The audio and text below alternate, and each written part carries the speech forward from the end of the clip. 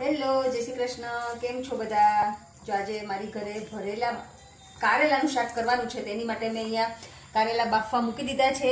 તો વધારે તમારે અંદરથી કડવું પાણી નીકળી જાય એની માટે મેં સવારથી મીઠાવાળા પાણીમાં પલાળી દીધા, એટલે કડવાશ મેજોરિટી પ્રમાણની કડવાશ નીકળી જાય. અને હું એની અંદર બનાવી છું આ મસાલા માટે મેં લઈ લીધું છે બાફેલું બટેકું, લસણની ચટણી, દાળ શાકનો મસાલો, ધાણા જીરું, હળદર, મીઠું સ્વાદ પ્રમાણે અને કોરિયન્ડર અને ડુંગળી અને ટામેટાની ગ્રેવી. અને અંદર ગોળ પછી હું ઉપરથી નાખીશ.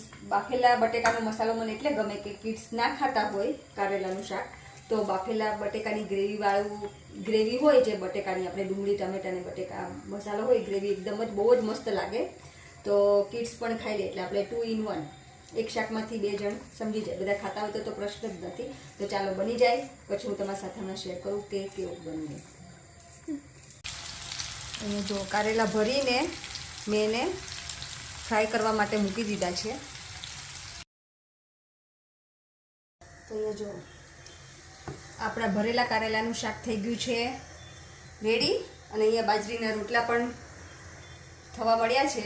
તો આજનું ડિનર આપણે છે બાજરીના રોટલા, ભરેલા કારેલાનું શાક અને સાથે ડુંગળી લસણની ચટણી. કોનું કોનું ફેવરિટ છે પ્લીઝ કોમેન્ટ કરજો. ચાલો, જય શ્રી કૃષ્ણ.